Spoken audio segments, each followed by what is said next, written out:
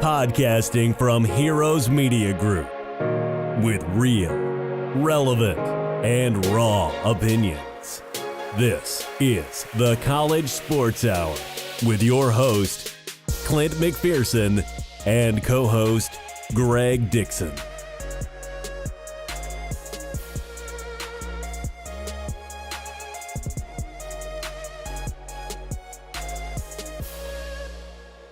Welcome back, everyone. This is episode 21 of the College Sports Hour. I'm your host, Clint, and I'm sitting here with my partner in crime, Greg.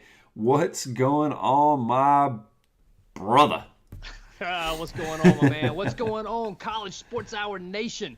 Hope you guys are doing well, man. We are in the month of February, man. Let's keep this thing rolling. Excited to talk to you this week about everything that's going on in the college basketball world. Tackle a little bit of stuff in the college football world. But Clint, my man, it is always good to see you and talk to you. Yeah, man. Thanks for jumping on again, man. This is a part of the week that I look forward to, so we can share, our takes on the college football and college basketball landscape, and just give our listeners and followers a little bit more to listen to, man.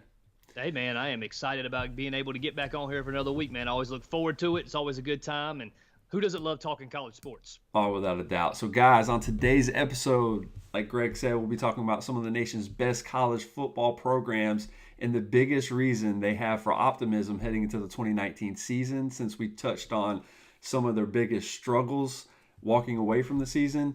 After we talk about that, and after we get through the college football segment, we'll transition right into what's going on currently in the college basketball landscape after week 13. A lot is going on within the first 3 months of this basketball season, and with most of the discussion focused on the AP Top 25 like normal. And with that said, guys, let's start off with some college football and talk about the same 10 teams we did last week. But instead of focusing on the biggest concerns, like I said before, that are facing each of these college football teams' top 10 and the way too early top 25, let's look at and consider some of the team's biggest reasons for optimism heading into the 2019 season, my man. Yeah, but all 10 of these teams, man, they got a lot to hang their hat on. They got a lot of things to look forward to and a lot of things to be excited about as we head into next year's college football season. Yeah, and like we did on episode 20, we talked about their biggest concerns. And just like the concerns, they're going to have things to look forward to, their strengths that they can lean on. And let's start with the number one team in the nation, which we think will be number one coming back. And you can't argue this point, but Clemson, right? Yep. They have offensive talent out of anything you can look at. The offensive talent and offensive firepower that they got coming back from that squad is just ridiculous. We're talking Trevor Lawrence. We're talking Justin Ross. I mean, the guy showed out. Both of these guys showed out. Travis Etienne. I mean, T. Higgins. Take your pick, man. And this offense is stacked and loaded, and basically another elite team on the offensive side of the ball. Yep. We said last week that, they were losing some of their defensive star power. And so you would expect a little bit of a turn there with some of that offensive power needing to kind of hold up their end of the bargain a little bit. And I think they're very well equipped to do that. Man, we saw the phenom that is Trevor Lawrence and saw what he was able to do, putting everything on display in that national championship game. Justin Ross, man, almost seemed to come out of nowhere in that game. I know he played well all season, but he really made his mark, really made his stamp in that national championship game as well. Travis Etienne, how do you say his last name? Etienne. Yeah, we'll go with that. He ran the ball hard all season long. I mean, their running game for Clemson was amazing all year long. And so, man, I tell you what, having all those guys coming back next year is really going to help continue the progression for still a young quarterback in Trevor Lawrence. Yeah, without a doubt. When you look at this offensive firepower they got coming back, it's hard to imagine them being anything but just scoring a lot of points. And so it's going to be entertaining to see what they got. And obviously Hunter Renfro's gone, right? He graduated after his 20 years of college. And so when you look at it, it seemed like I think he still got like one more year of eligibility, maybe grad school or something. I don't know. Yeah, this kid, he's just been hanging around. He seems like he's been with the Clemson program ever since Dabo Swinney became coach, right? Yeah. It seems like when is Hunter Renfro actually going to leave and graduate and move on and stop playing football, right? It seemed like he was there. I mean, this guy just would never go away. So he's leaving, right? And so when we see it, you look at it, man, this is a deep and talented offense that I'm just going to be excited to see what they bring back next year. Obviously, they have a little bit of questions marks on the defense side of the ball.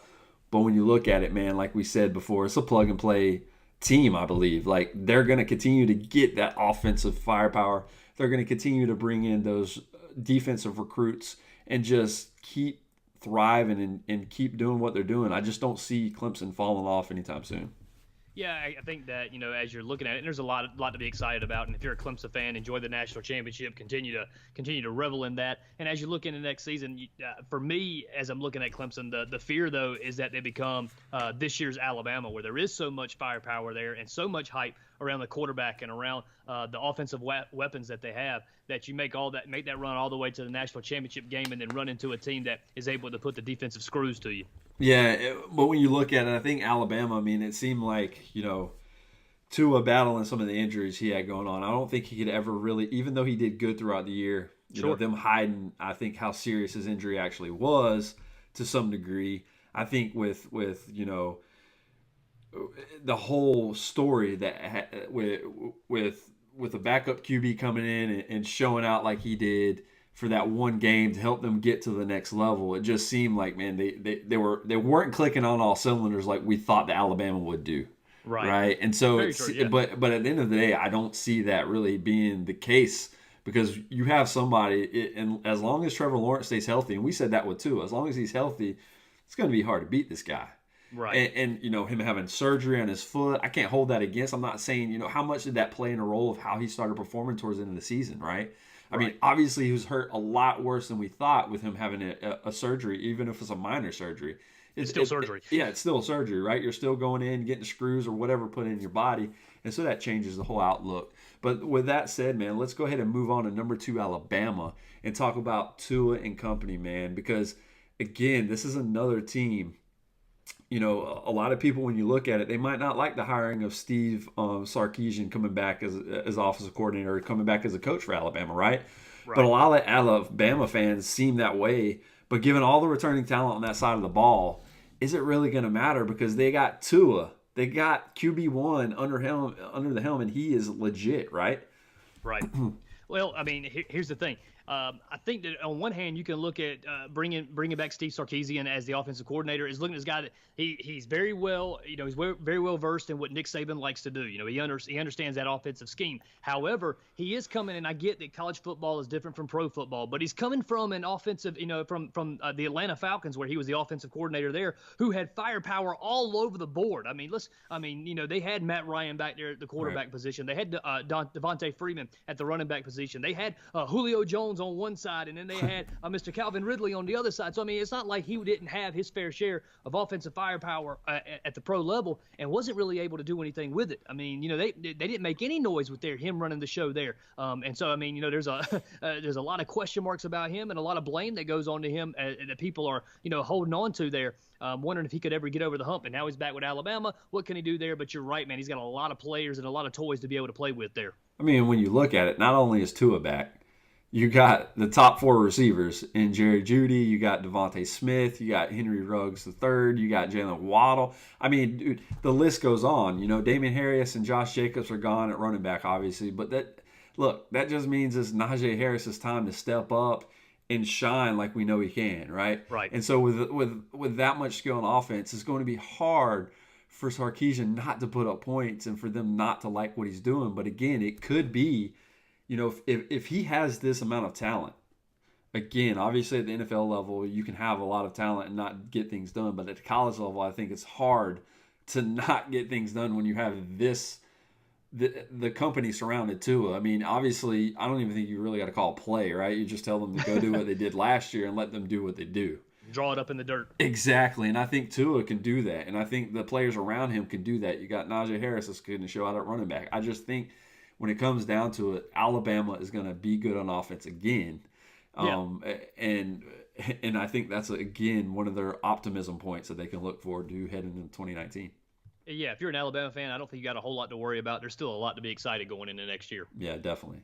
So let's move on to number 3, Georgia, man. The defensive talent on that side of the ball. We talked about, the things that were going on from last week and some of the things that cause for concern on the offensive side, right?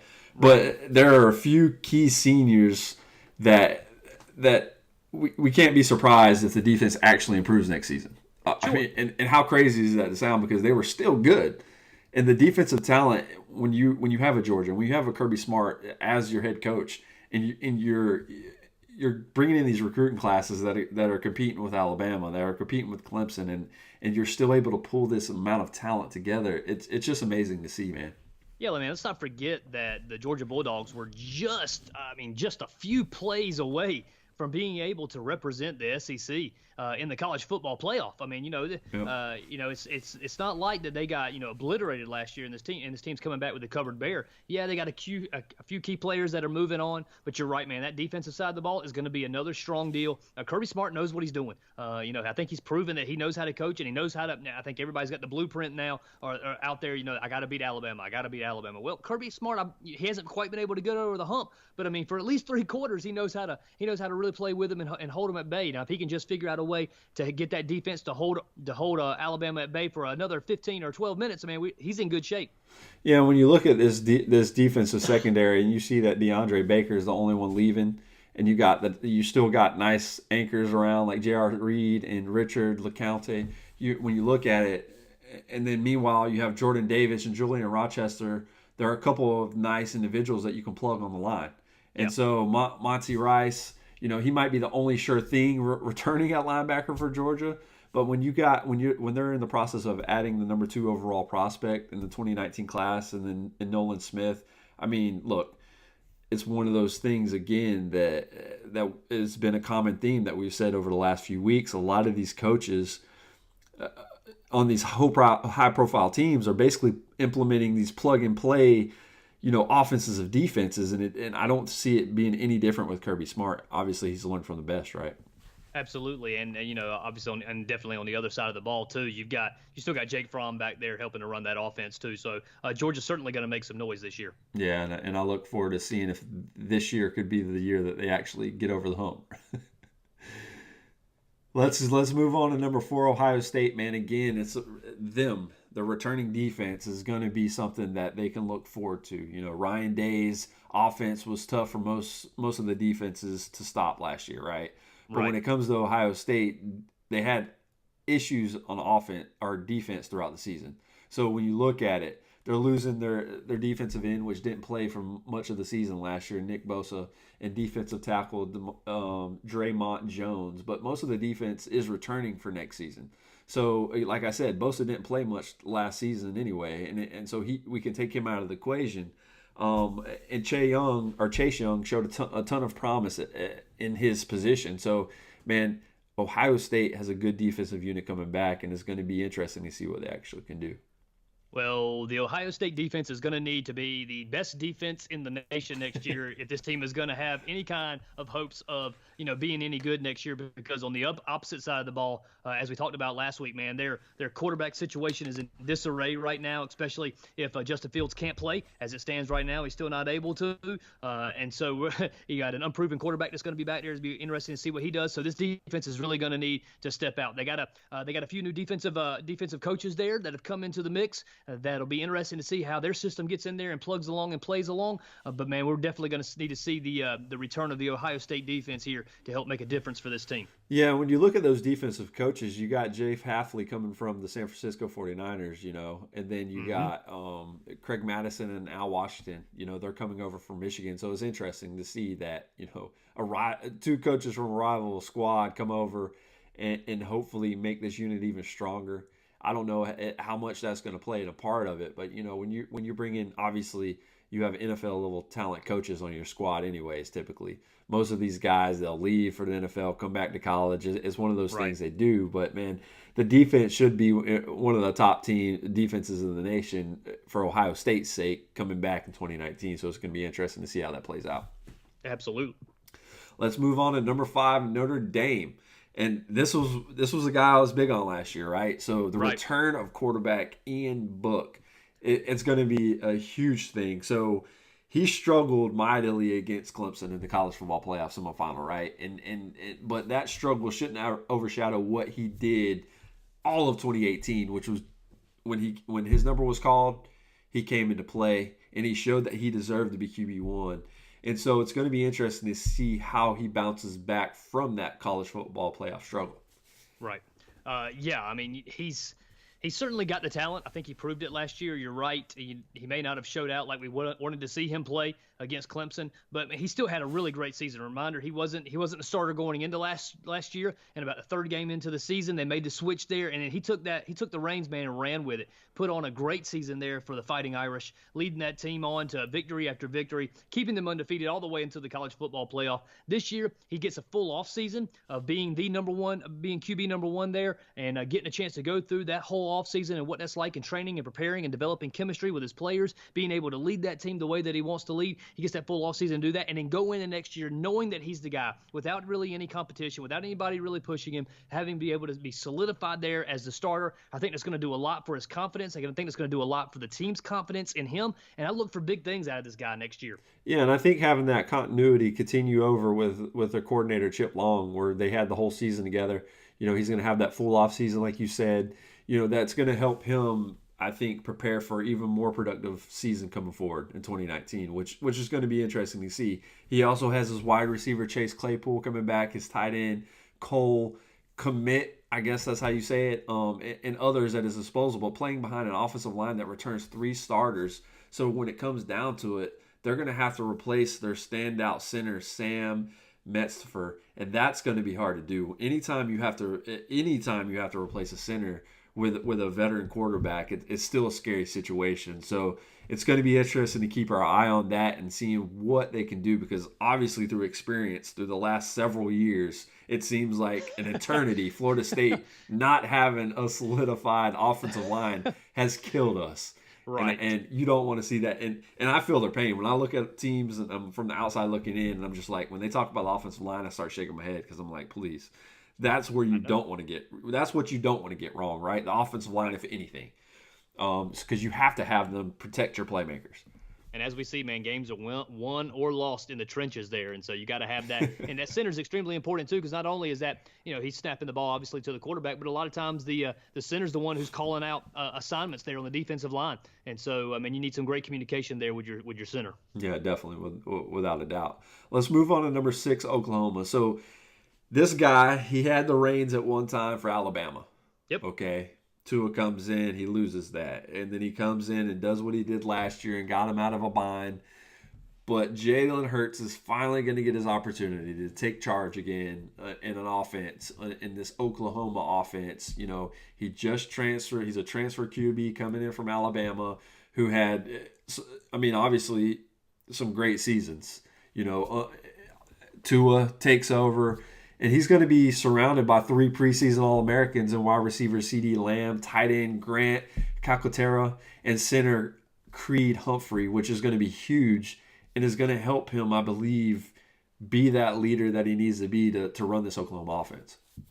I definitely think Hurts comes in there with the leadership ability. I think he comes in there and feeling very fortunate about having some of those those offensive weapons there for him to be able to rely upon, to be able to develop that chemistry with. But at the same time, he's got a little bit of a hurdle there to overcome as they are retooling their offensive line, where they're losing 4 starters this year. And so as we just mentioned, and with Notre Dame, losing that center, but they still had 3 returning starters, how that was going to be a hurdle to overcome. Now you got a guy coming in who's having to learn a brand new system, who's coming in there. He's got a chip on his shoulder, got something to prove, but he's got an offensive line too that's going by and got to develop some chemistry as well, having only 1 returning starter there. So it's going to be interesting to see how that plays into it. Yeah, man, and like I just got finished saying, that's just a scary thought. And hey, best of luck, Oklahoma. Make sure you bring in some guys that can block for that QB to set Jalen up for success. But good news for them. They play in the conference that they play in. They ain't really got to worry about a whole lot of defense, so they're in good shape. That's true. They are in good shape.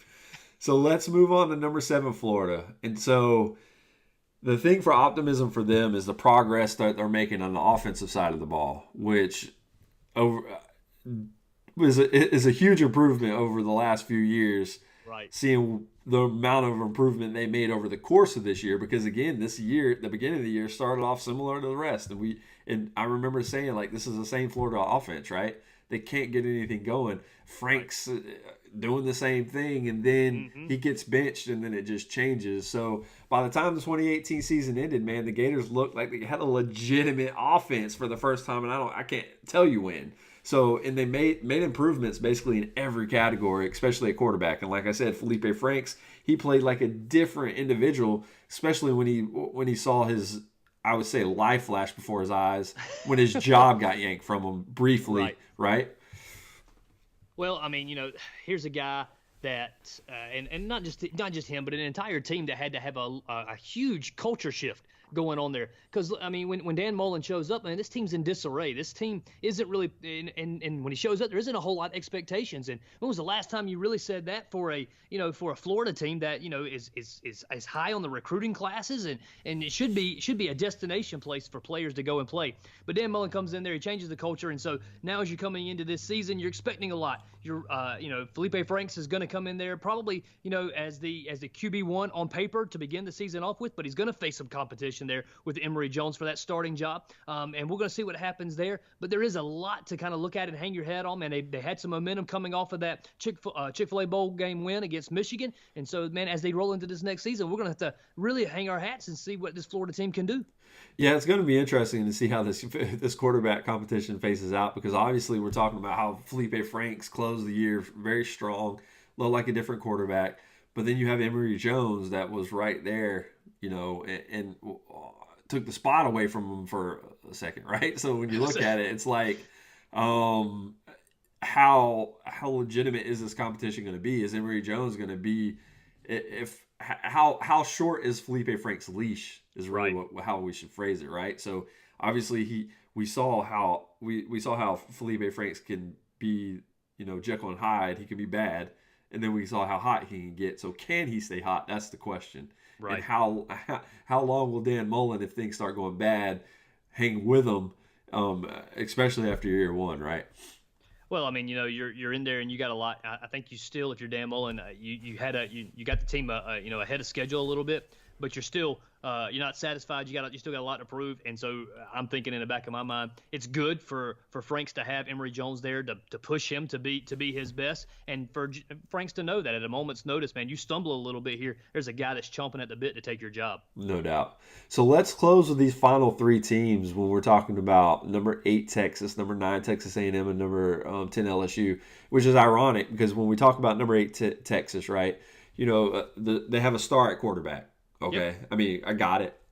I don't know if he should have said we're back yet, but they're back, man. They're back. Sam Ehlinger, he's building that belief, and he can shut me up, right? Go out and perform. Don't lose 4 games next season, and I'll be like, okay, they're back, right? So the Longhorns had their first conference championship caliber quarterback right now in close to a decade. So Sam Ehlinger, he's legit. He is good. He showed out. He did his thing last year, and so, but he flashed a bit of inconsistency last year as a true freshman too. So when you look at it, Ehlinger emerged into one of the top quarterbacks in the nation as a sophomore in 2018. So he really made huge leaps and strides from his freshman season to now.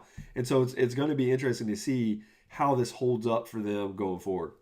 Yeah, man, it's going to be interesting to see how he progresses this offseason and what he comes in next year looking like. And I think that most people would sit there and look at for their conference. I think everybody's money is being put back towards, is it going to be Oklahoma or is it going to be Texas that are leading their conference, leading their division this year? And we mentioned some of the question marks last week about Oklahoma and Texas. We talked about the offensive side of the ball and Jalen Hurts coming in there for Oklahoma. Sam Ehlinger, he's got a little bit of more familiarity there with the Texas team. He may not have as many weapons there that he can rely upon at Texas, but this kid right here is good. You're right, man. He is really, really good. He's going to be a star if he's not already, and he's got the confidence and he's got the swagger that you want in your quarterback as well. Yeah, it's going to be interesting to see if he is the quarterback that can help them contend and be ready for the college football playoff, because I think he's a star. We saw what he can do. Yeah. We see how talented he is. It's just, will the team around him be that talented going forward to lead them to the college football playoff or national championship? That's yet to be determined. Absolutely. Let's move on to number 9, Texas A&M, which is usually a common theme with the Jimbo-led offense. QB experience or QB, whatever you want to call it when it comes down to it, because it seems like anytime Jimbo Fisher's involved with the team, there's a quarterback in the mix that he's able to groom them, he's able to set them up for success and get them where they need to be. And the Aggies returned most of their key offensive pieces in 2019, which is huge for them, right? And quarterback Kellen Mond, all of their starting receivers and both starting offensive tackles, which is huge. And there are some important pieces departing, obviously with Travion Williams at running back and center Eric McCoy. But when you look at it, man, Mond returning for them, which is his third year as a starting quarterback, and he made impressive improvements throughout the year under Jimbo Fisher. And Jimbo Fisher's offense is just hard to learn after one season, right? He has a lot coming at that offense all the time. And so Kellen Mond, an experienced Kellen Mond, coming back for Jimbo Fisher-led offense is going to be interesting to watch and could be deadly. Yeah, no doubt. And Kellen Mond's going to need to rely upon the experience that he gained last year to help lead this team this year, because they're gonna need him to step up big. Because as we said last week, man, that one of the weaknesses they got coming up next year is their schedule, where they got to play some really tough road games, and he's going to need to rely upon some of that experience that he got this year to be able to overcome those hostile environments that they're going to be stepping into. But you're right, man. Mond's experience right here is going to be a strong deal for them as they go into next year, and they're gonna need him to lead. Yeah, without a doubt. So let's close the college football segment out with Joe Burrow in number 10 LSU, which is a huge question mark on your end, I think, which you might not agree with some of the things I'm about to say. But at the end of the day, it's a great discussion starter. All right. So for once, man, the Tigers don't have a huge question mark at quarterback. You might still think there's a question mark, right? Okay. But, I mean, when you look at it, Burrow actually turned out, when we talked about it, him not being protected, him being sacked 35 times, second most in the SEC. He actually had a solid 2018 season after joining the program as a grad transfer from Ohio State. So him doing that and going through that and having a full off season to include the spring drills and everything that he's going to get to partake in, I really think that's going to help them in that offense further develop into something that could be good for LSU and Coach O moving forward. All right. I hear what you're saying. I hear it, and it sounds good. And for their sake, I hope that it all, works out for them. However, I think that Joe Burrow was helped out by a tremendous defense last year that maybe didn't get nearly enough credit that it should have. The offensive line, maybe they weren't exactly as good, and I didn't realize that they had given up as much sacks or as many injuries as they had last year. So I'm willing to put a little bit there. I understand that as well. However, with all of that being said, I think Joe Burrow holds on to the ball a little bit too long. I don't think he's a quick with his decision making, and I don't know that Joe Burrow. I don't know that he shouldn't be a question mark heading into this year. It remains to be seen. I hope I'm wrong for LSU's sake. I think when LSU is a good football program, it's better for college football because of their fan base that's there and a lot of people that follow along with them. But it remains to be seen on that part. Yeah, but when you look at it, man, and the reason I'm saying this is because none of their receivers were seniors last year, so. Not a lot of them were. I'm not saying they're not good, but they're not. It's not an Alabama situation or Clemson situation where they're all darting for the NFL, right? So when you look at it, he's going to have a cast of experience returning for him in the passing game, which they struggled in from time to time with the inconsistency because of him not being protected. Could take a huge step forward. And that's important for LSU to start contending again for the college football playoff or for a national championship. Okay, so what we're saying then is when we got a coach just on the right page, and when the offensive line is in perfect health condition and they're not rotating starters, and when the wide receivers have experience, then Joe Burrow can be good. Gotcha. Okay, I'm with you. I like it, man. But so that closes out, man, the college football segment, and let's transition into one of the hot topics. Because the college football season is over, but I like to keep it alive a little bit. But let's switch topics and transition to college basketball. Week 13 is in the books, right? As we transition to Week 14. So we had a new AP Top 25 released on Monday, and let's take a look at that. When you look at it, Tennessee started out, not this week, but when they became number one for the first time in 11 years, they had a couple of shaky moments throughout that process, right? And we talked about that. They're not they're the hunted now, and they're not the hunters. And so when you look at it, it seemed like for a little while they were kind of struggling to learn how to be number one, right? They were having a great season, and doing what they had to do to get to the top. They got to the top, and then they had some real close and suspect games against, competition that you wouldn't think they would struggle with. Right. But when you look at it, man, the Tennessee Volunteers seem to be rolling right now, which is good. They seem like they've embraced that challenge of being hunted, and they're starting to get some decisive wins. Yeah, I mean, this is a long season. You're going to play 30-plus games there in the regular season, and then you're going to hit into your conference tournaments, and then into the national, the NCAA tournament. So it's a long season to go. But man, Tennessee is really playing really, really well. They're working hard. Grant Williams, their junior forward guard, had this to say. He said they got a long way to go. They got a long season ahead of them, but it's nice to set a record, as they have set a record with the number of wins and number of straight wins, with their 16th straight win this past week against Missouri and then against Florida this week. So, I mean, this team is doing really well, and it's playing better than any other team ever has that's put on a Tennessee uniform. Yeah, I mean, when you look at it, they, again, like I said, some decisive wins over South Carolina, Texas A&M, and Tennessee is just starting to rock and roll, right? They moved to 20-1, as of when the rankings came out on Monday, and they just look like they, again, like I said, they struggled. They struggled against Vanderbilt in the first game at number 1. They got out to a slow start against West Virginia.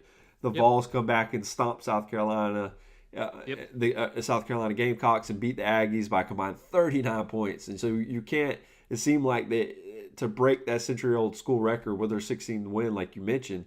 It's just a huge step forward in the right direction for them, and they look like, they're in the process of, even though they're 21, figuring out how to play and be that number 1 team. Yep. They're rolling right now. There's not a whole lot that you can say. They deserve to be number 1. I know that Duke got 12 votes to be 12 first place votes. I know Virginia got 4. But right now, Tennessee still deserves to be in that number 1 slot. Oh, yeah, and you can't not argue that, right? So when you look at the new rankings, the top 4 remain the same. And it was just for a little while there, for their struggles for their first time being there in 11 years, it seemed like Tennessee was a question mark. Like, should they be number 1? They probably earned the right to be there, but when they struggled, it was like, I don't know. But so when you look at the top 10, it became all jumbled after Michigan and Michigan State lost. So when you look at it, it's like, what's going on? Right. Michigan loses their 2nd of the year. Michigan State loses the 4th of the year. And when you look at it, the Wolverines were undefeated 2 weeks ago. And they dropped 2 spots at number 7 after losing to Iowa. And so when you look at these teams that were just running through everybody at the beginning of the season, and they start faltering kind of in mid-season right now, you're like, what's going on? And so it's interesting to see how that's playing out.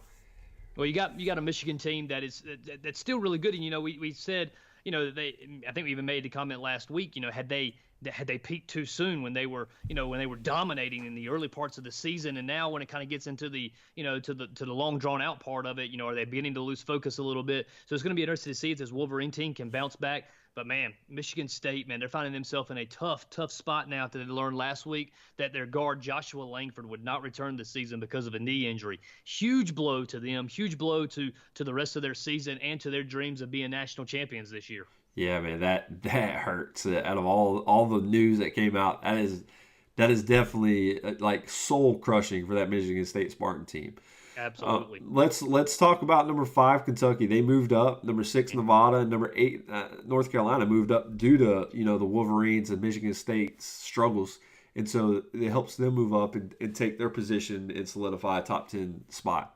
Yeah, man, Kentucky is rolling. I mean, we talked a lot about them at length last week, so we won't do that again this week. But just know that Kentucky continues to roll this week. Nevada's still sitting, still there.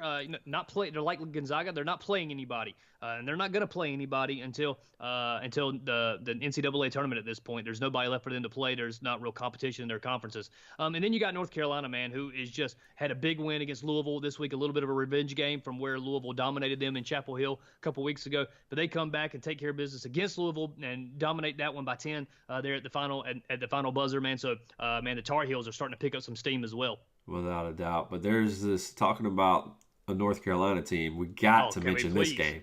Yes. And look, guys, any NC State fans that are tuning in, I live right outside of Raleigh, so I want to other than Florida State. I have to have somebody to root for close by. So even though it might sound like I hate on NC State, I ain't pulling for NC State. Yeah, but I'm different, right? So it's like, look, I live here, moved to North Carolina, I grew up in Florida, so I have to have somebody's close. That's the closest one, right?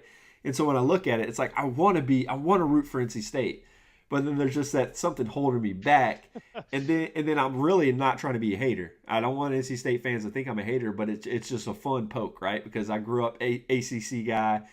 And to be close to this NC State crew and to have more friends with NC State, man. But what in the world?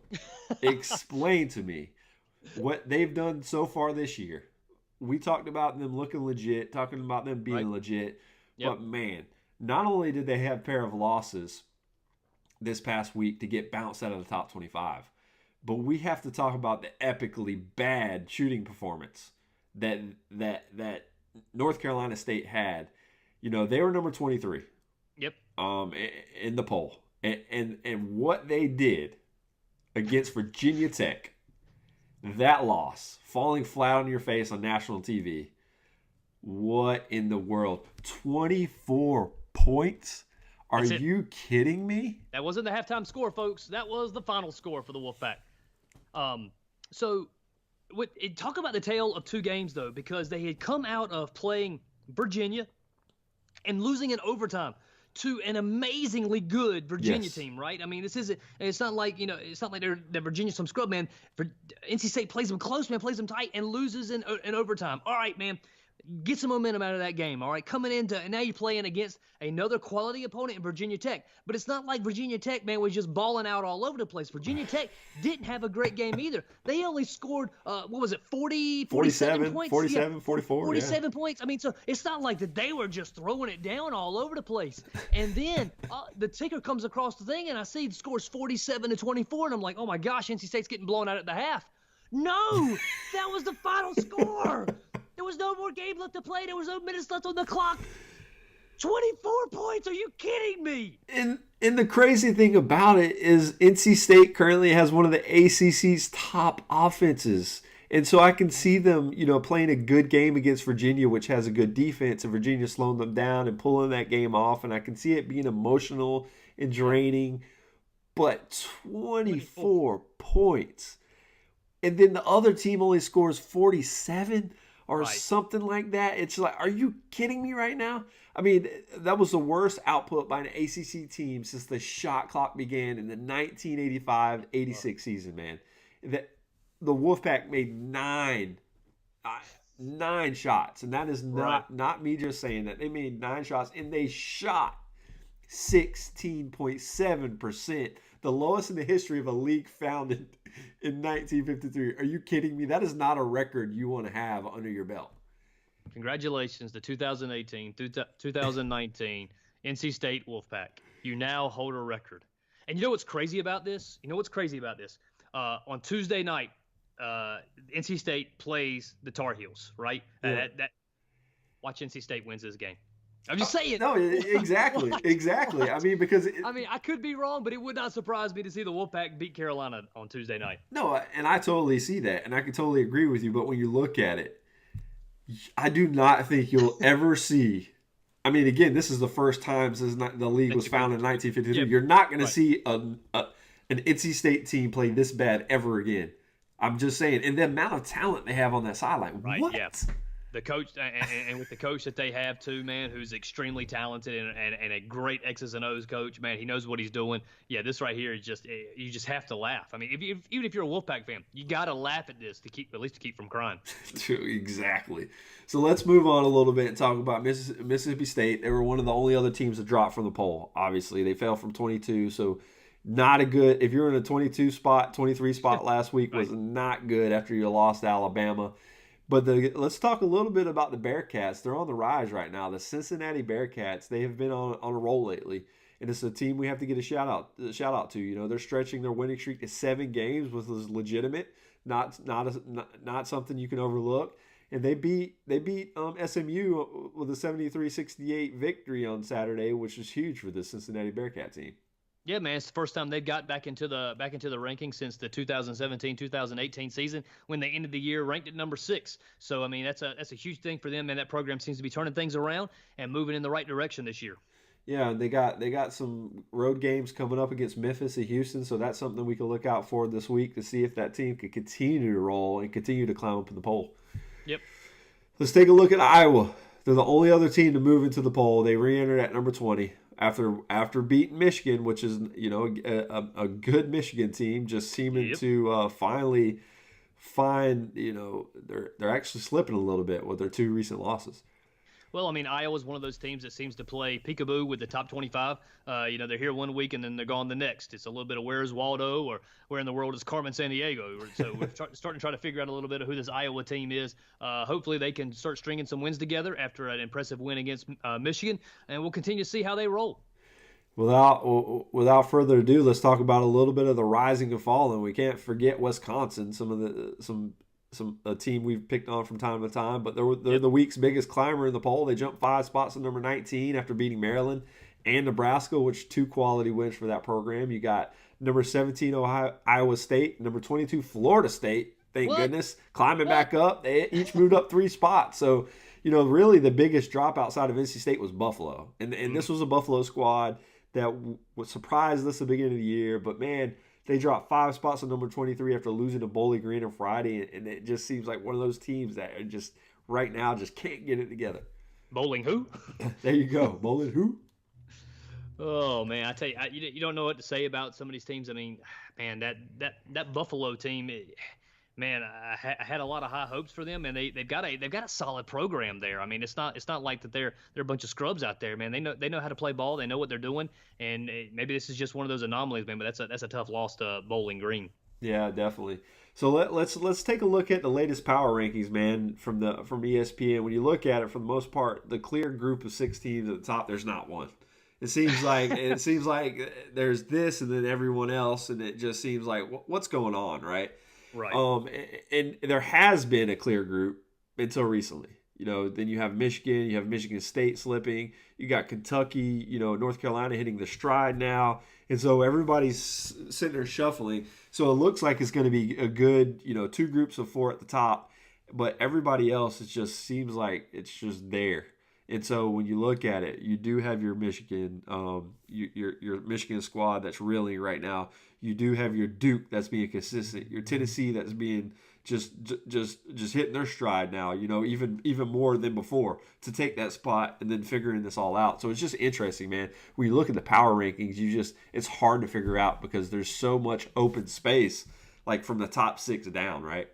Yeah, sure. I mean, you can look at that, but at the same time, I mean, you're looking for those top tier teams at this point in time in the season to begin to separate themselves from the pack. I mean, you're looking for some teams, the real contenders here that you can look at and say, all right, they got a chance to win. They got a chance to win. And you're starting to see that from that top 6, from that top 8, and then there's everybody else there that kind of begins to fall up underneath that. Given the right set of circumstances, they might be able to win, or if they get the right ranking in the tournament, they might be able to win. But when you look at Tennessee, when you look at Duke, when you look at Virginia, Gonzaga, Michigan State, Michigan, Kentucky, and North Carolina, when you look at those top 8 teams, you look at them and say, you know what? That team right there can possibly win the national championship this year. Yeah, without a doubt. And then you take a closer look at all these, teams in the top in the power rankings, and you take a look at what Tennessee has coming up. They're heading home for 3 straight home games for their showdown at Kentucky. So They can set them up in a prime position to square off against a good Kentucky team, and if they get there without a loss, it's going to be interesting to see what's going to happen there, right? That's going to be an instant clash, an instant throwdown. Tennessee, Kentucky, that's going to be an awesome game that we're going to have to be tuned into. But then you look at Duke, right? I mean, look, they're coming up for round 2 with Virginia, and so this is going to. That's in Charlottesville. Yeah, and it's huge. And so you have Trey Jones for this game, though, right? And so that's going to be a big advantage for Duke. But when you look at it, it's just going to be awesome to see how this starts playing out.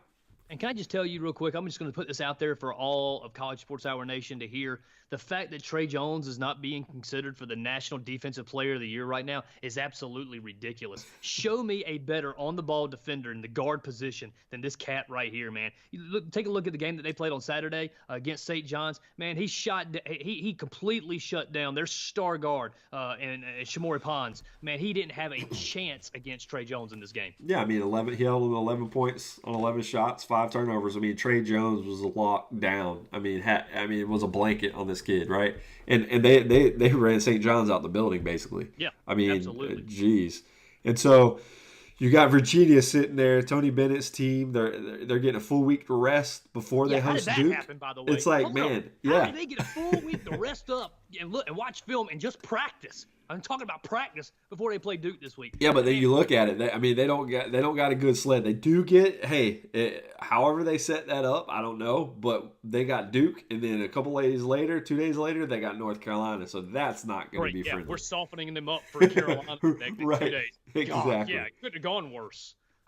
Exactly. So when you look at it too, let's talk about Gonzaga, which is a team that's sitting there at the 4th spot in the power rankings. I mean, they have arguably the most difficult week for the West Coast Conference campaign as you're looking at some of the games they have coming up with San Francisco and St. Mary's. Obviously, when you think about it, it's like, woo! But at the end of the day, those are 2 legitimate teams that can give Gonzaga a run for their money.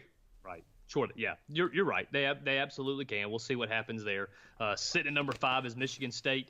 I'm going to be interested to see what happens here. They got Illinois and they got Minnesota coming up this week. Yep. But the problem is that they got that big injury to Joshua Langford, so it's going to be interesting to see how Coach Tom Izzo gets his team ready to play without that star guard.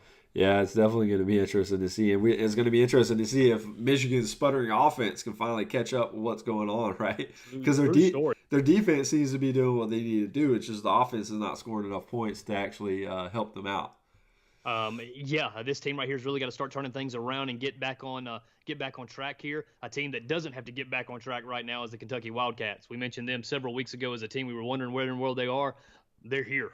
They're here and they're ready to play, and they put the nation on notice that they are back and that their boys are playing together like a team. Yeah, and PJ Washington, right? He's been the sole push for that team. He averaging 20.5 points a game, 10.8 rebounds, and 1.8 blocks in his last 4 games. The kid is balling. And so when you look at it, Kentucky is hitting that stride when they need to hit it. They just this is a team we thought we were going to see at the beginning of the season, and they finally put everything together so far. I tell you what, they're a team that I don't think anybody wants to see right now on their schedule. Without a doubt. I mean, you talk about North Carolina, they got some interesting matchups. They got NC State. You talked about NC State possibly coming back and beating this team. They got Miami. And it's just going to be interesting to see because this North Carolina team, they've got blown out in some games, right? And so you look at it, are they going to show up? Will NC State be a blowout? They get blown out by NC State. I can see that happening. I don't see NC State scoring just 24 points. But no, at the end of the day, you would hope not again. Yeah, it's like, come on, you can't repeat history.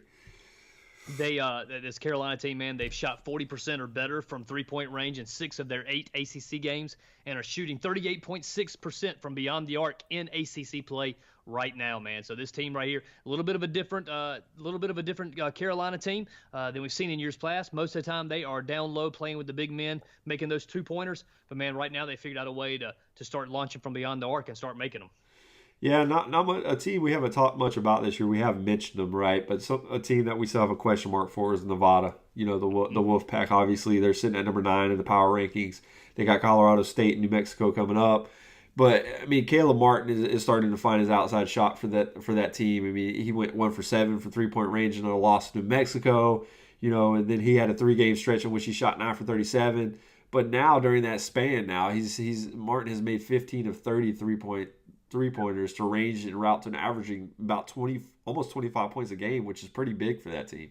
Absolutely. And maybe a team that nobody pays a lot of attention to is the Houston Cougars either, man. They're sitting at number 10 in the power rankings.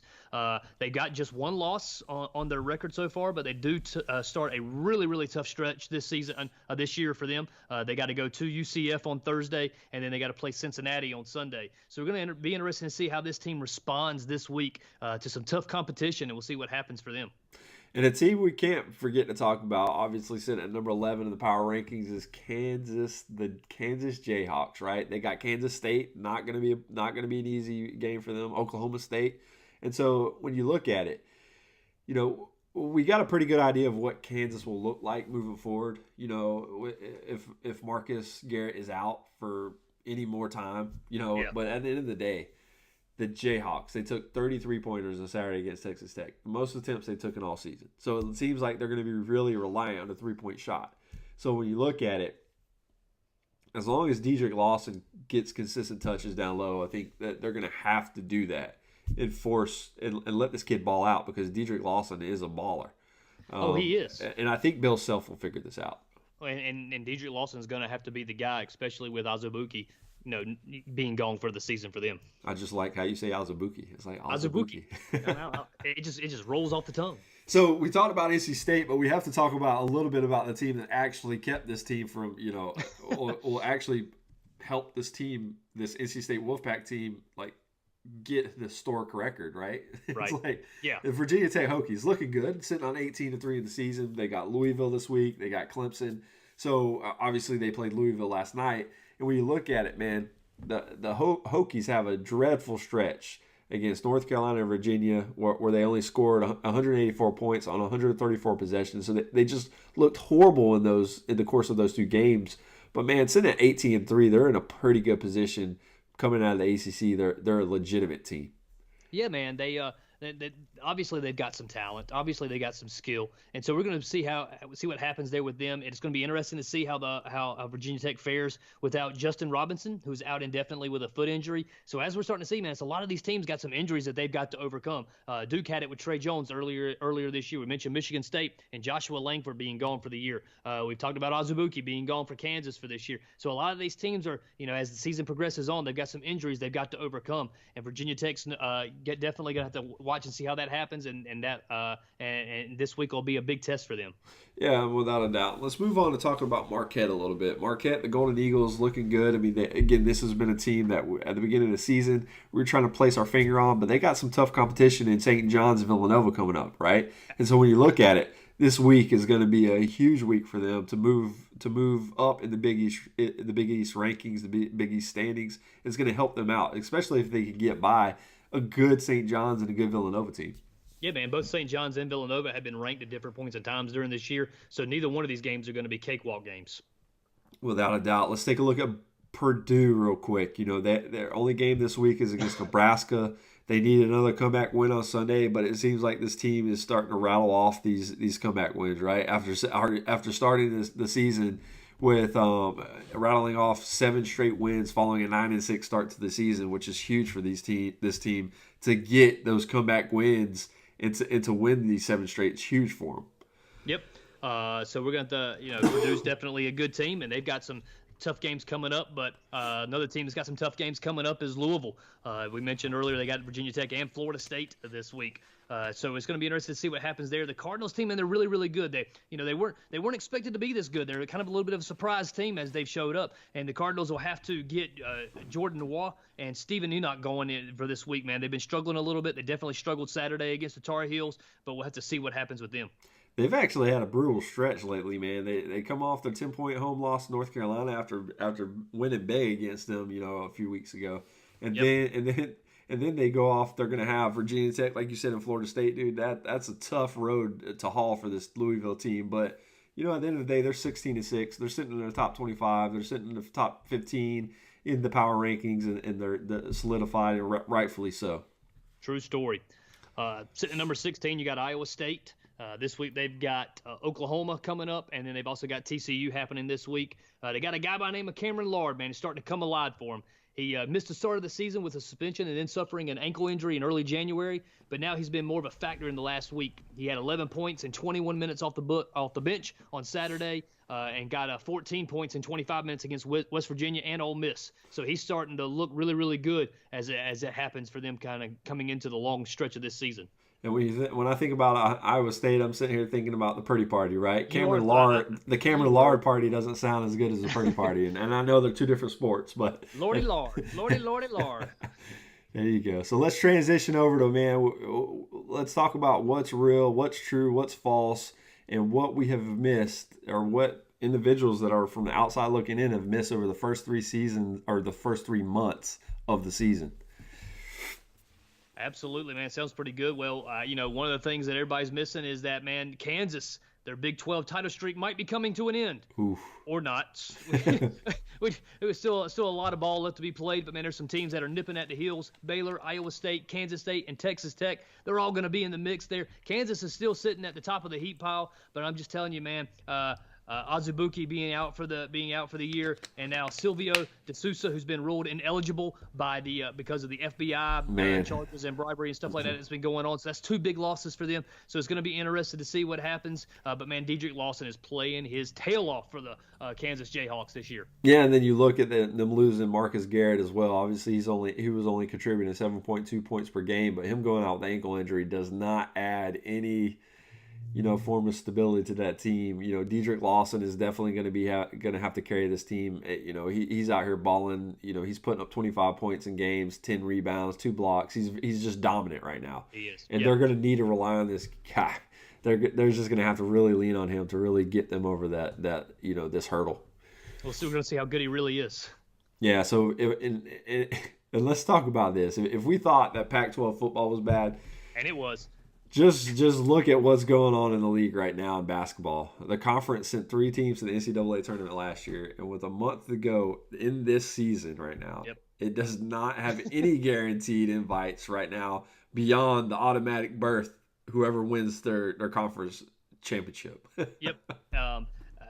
Oregon was expected to be pretty good this year. It ain't happening, man. I tell you what, the Pac-12 is having a rough year this year, and there doesn't look like there's a hero in sight for them. No, it does not. We got obviously Gonzaga's Brandon Clark just out there balling, very athletic. You got Tennessee again, looking like they're the king. They're running the SEC, right, in basketball, unless Kentucky continues to just run, continuous upward movement. They can obviously get a huge win against Tennessee in their matchup here coming up soon. And that's a squad that hasn't, if you look at Tennessee, it's a squad that hasn't lost since January 5th, and they've risen into the top 10 and adjusted defensive efficiency. And it's just, the Kentucky squad that's doing that just continue to run the course of this is just impressive. And they could be the team to unseat this Tennessee team and get that crown back, right? And so when you look at it, it's going to be interesting to see these 2 teams. And we got to keep an eye on Tennessee and Kentucky throughout the year, because these are the 2 teams that are going to actually be the ones representing the SEC, for the year, I believe. There's nobody that could come into the SEC that we're going to say outside of Tennessee and Kentucky that are going to run and throw anything at us that, is unexpected. It's certainly going to be a couple of interesting games there between Kentucky and Tennessee that we see at the end of the season, and then we also see hopefully in that SEC tournament as well. Let's talk about a little bit about Murray State's Jai Morant, man, or however you say this.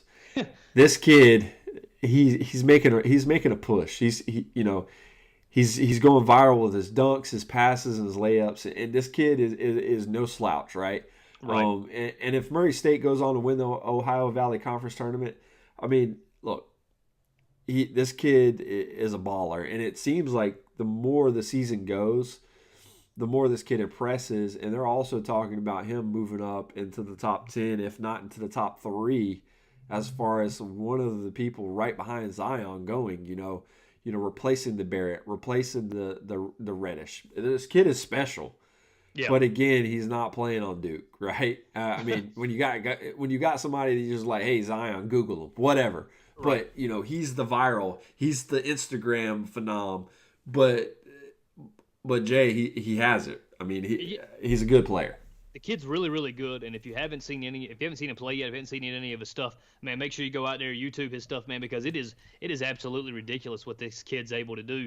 Speaking of ridiculous and what he's able to do, Zion Williamson is tearing it up. Every single game there is a new highlight that comes out, and it's not just dunks, man. It's defensive plays. It's stealing the ball. It's blocking shots. He is all over the place. He really is a phenom, man. It is insane to watch that kid play. To see a guy that large 280 pounds. To move like he moves and to Like a point defend guard. like he defends. Yeah. It's ridiculous. He's like some of these guys he's going up against these point guards, and he's moving just as swift, just as fast, if not better, jumping higher. It's just ridiculous. A guy that large should not be able to move like he moves. When you look at him, dude, hands down, again, to me, like I said at the beginning of the season, he is the best player out there. Agreed. He might not again have that shot that R.J. Barrett or Cam Reddish has, but the kid's overall game, he is lights out. He just continuously improves and is very impressive, right? There was a lot of question marks at the beginning of the season when I was watching him play some defense. It just seemed like he was more lackadaisical on that side of the ball. It seemed like he was just one of the offensive. I just want to dunk, right? And he's come out, and he impresses me every night when I watch this kid. It's just so impressive and marvelous to watch this guy play, because when you don't think he could do something, or you don't think he could jump that high, or you don't think he could bring down the house, he does it. Like it's almost day in and day out. When he's on the court, you're gonna get a show. You want to watch him play. They're absolutely 100% Drew. You want to watch him play. If you haven't been paying attention to a team, man, you need to pay attention to the Memphis Tigers. I don't know if everybody's aware, but they got the head coach Penny Hardaway. Now he's helping to lead the team this year, and so he went out and recruited him a staff which includes a couple of NBA players, Mike Miller and Sam Mitchell. Man, so they are doing some crazy things over there in Memphis.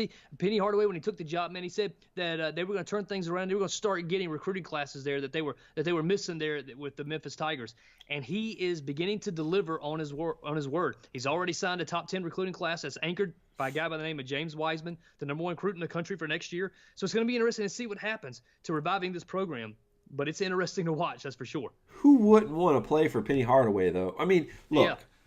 I'm not trying to bash any of the coaches out there, right? And I'm not saying, but every coach out there, that even the good coaches, whether they were a collegiate athlete, a basketball player or not, you could just look at them, and a lot of them are not athletic, right? And a lot of them don't have the clout that comes with what they've done in the NBA. Majority of them haven't done anything in the NBA or done anything in college. Right. And maybe at even lower university or whatever they did. They played in high school, whatever it was.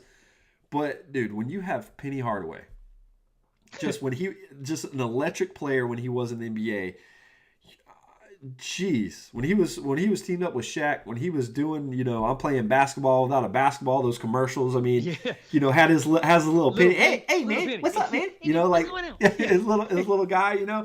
I mean, dude, who doesn't want to play for this guy? And for him to want to be a coach and him give back, man, I know a little bit of what I'm doing, I'm giving back and coaching my kids t-ball, right? And so I play college baseball, and so I it's a little bit of a passion, and it's awesome to see when somebody like that with that amount of talent goes back to the college level, because obviously he could probably be a successful NBA coach, right? Yeah. But him to go and have that impact on players at the college level, and him when a coach like him comes in, like a Penny Hardaway comes through, and he says, I'm going to get you these players, and Memphis Tigers are going to be you can see that jealousy floating around, because he's able to live up to those expectations, right? He's able to deliver because of who he is and of his history.